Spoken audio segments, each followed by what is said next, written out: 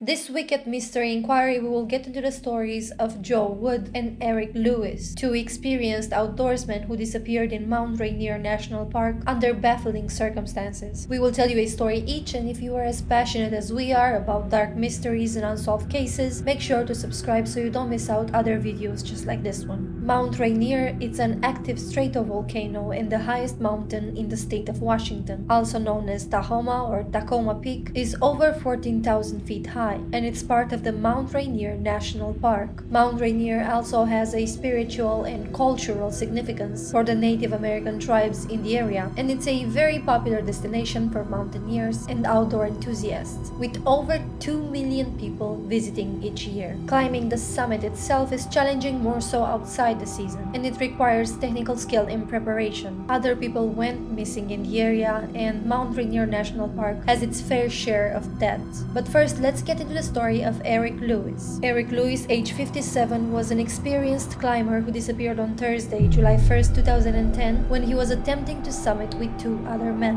The three-man team was ascending the Gibraltar Ledges route on Mount Rainier, and on that day the weather was very bad. They encountered high winds and very low visibility.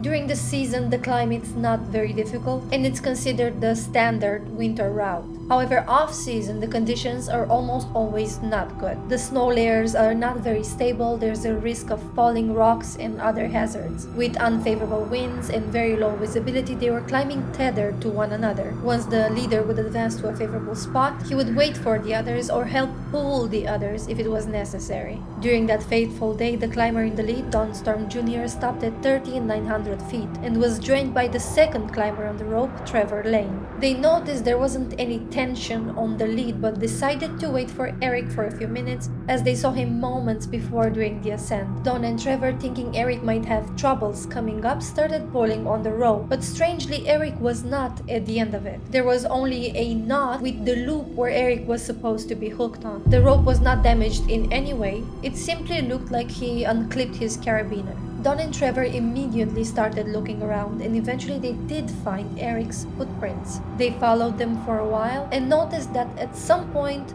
they just stopped. There were no marks on the left or the right or going back down. It just looked like he stopped there at 13,800 feet and just vanished. At that point, they thought the only logical explanation would be that he passed them somehow or went around them and he is probably ahead. So they went back and ascended. However, at the summit, there was no sign of Eric. No tracks, no marks, no footprints, nothing. Worried that something bad possibly happened, they quickly went to get help. They descended around 4,000 feet to the closest settlement, Camp Muir, and contacted the rescuers, telling them their friend possibly unhooked from the rope, he is missing, and they need help finding him urgently. A team of rangers led by climbing ranger Tom Payne immediately responded and followed the ascent in hope of finding Eric. But they found absolutely nothing but what Tom and Trevor described. After they went all the way up, they headed back to Camp Muir, where they sent for more supplies because Tom was planning to extend the search. The next morning, an intensive search began. Around 40 members of professional climbers and volunteers thoroughly started searching the entire area. The search was also assisted by helicopters using infrared to scan the area for any sign of Eric. A small team of rescuers managed to locate Eric's backpack at 13,600 feet, and they also stumbled upon a snow cave at 13,800 feet,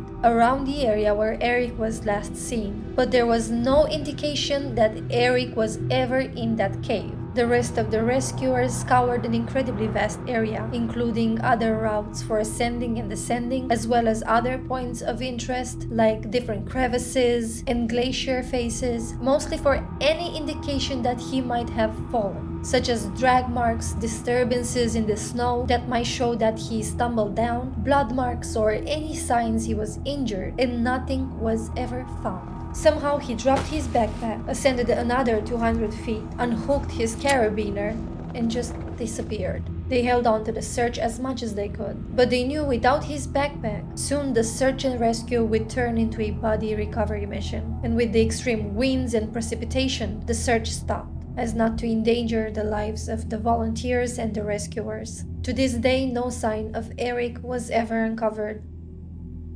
Joseph L. Wood Jr., also known as Joe, was a 34-year-old man who vanished in Mount Rainier National Park on July 8, 1999. After an extensive search, the conclusion was that he fell through a snow bridge and his body was possibly pushed into a stream. It was expected he would be recovered after all the snow melted. Needless to say, that did not happen. Today, over 2 decades later, no remains have ever been found. Joe was one of the few black men ever to be hired as an editor at a major New York publishing house, having become an Eagle Scout over the years. And being an Eagle Scout is the highest honor in the Scout organization, and you are considered an expert in navigating and surviving in the wilderness. He couldn't pass up the opportunity to hike on Mount Rainier's popular trails. The next day after arriving on July 8, according to his car park receipt, he entered the park at 12:30. He drove further 6.5 miles to the Longmire area where his car was later recovered. He was not well equipped,